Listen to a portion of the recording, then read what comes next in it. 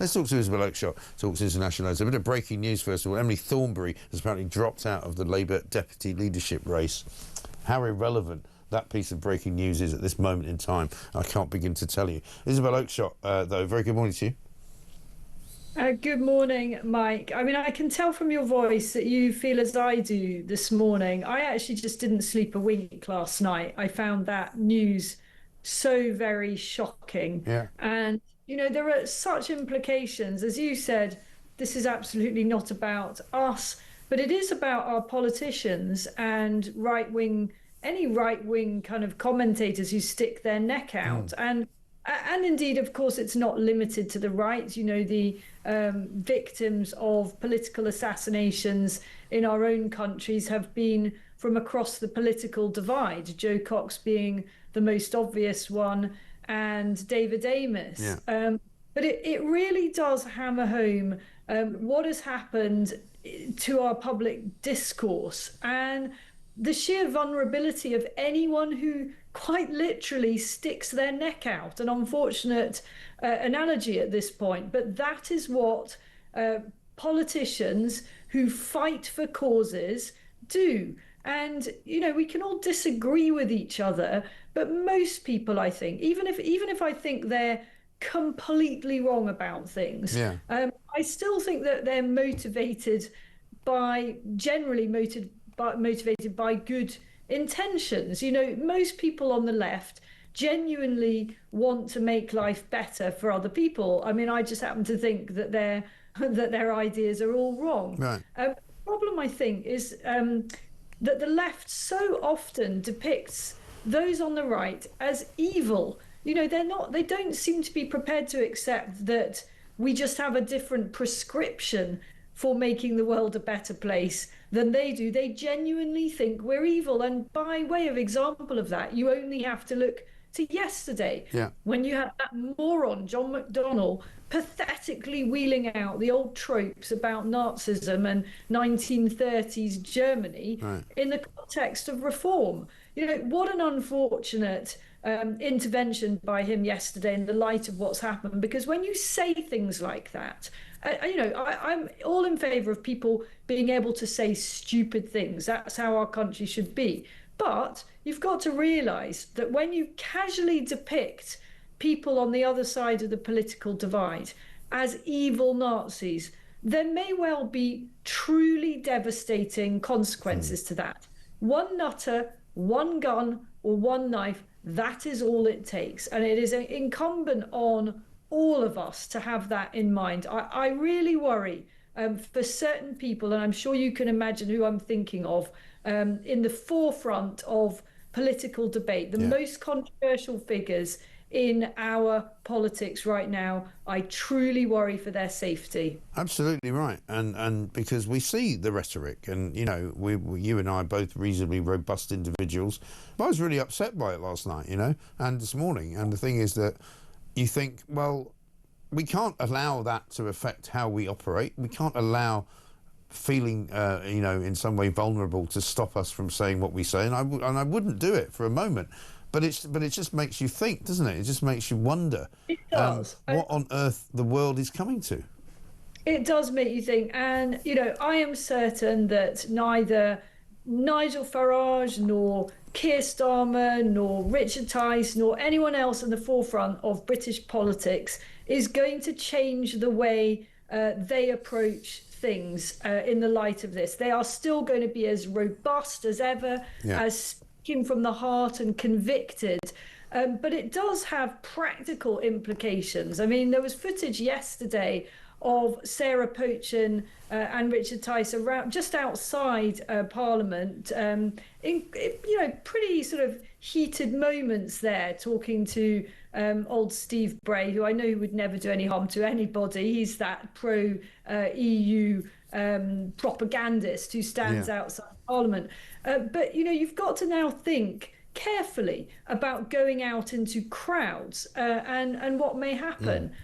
I don't think that'll stop our politicians doing it, and I really hope it doesn't. But it's just something that one has to be increasingly conscious of. Yeah, And what do you think's causing it, though? Because, you know, you and I have been around for a while. It's never been this bad before. What do you think's happened to people? I do think social media plays a significant part in this. It makes everybody feel as if they've got their own little power base, and however completely unhinged that may be. And I think social media inflames things. And, you know, people like me who write punchy things on social media are part of that. And, you know, I know that, you know, punchy opinion is there's a market for it. And I don't mean like a financial market, but actually, you know, people want to have the row, don't they? Yeah. And I mean, it's always been over time that there are lunatics, but at this point, they're perhaps more likely to be political lunatics than they were in the past. They might previously have sort of found their outlet in some other form of horror. But politics has become tremendously polarized and tremendously angry. And I think that is particularly the case in countries like the UK, like Germany, like France, and like America, where there are massive, profound cultural shifts taking place. And you've got people on both sides of the political divide who are very ideologically driven, and they are frightened by what they see, whether it is, you know, the impact on their country of mass uncontrolled immigration, or equally people who feel that mass uncontrolled immigration is a great thing and are terrified by what they see and smear as the far right. Everything's got so extreme. You know, you look back to the Blair years, and I feel that our country was fairly united. You know, Blair, obviously his reputation came to suffer dreadfully post-Iraq. But, you know, Blair was somebody that those on the moderate right could actually get behind. That was actually his genius. And we just don't really have many figures that unite us anymore, not in politics. No, not at all. Let's move on to, just before I let you go, because obviously it's massively important that we talk about this stuff, but let's talk about the other massive story, which would be the only thing we would be talking about normally, which is Peter Mandelson and his incredible series of emails that he appears to have sent to Jeffrey Epstein, a convicted paedophile. Forget about the bizarre Christmas birthday card, rather, that he sent, or his contribution to his 50-page book for his 50th birthday.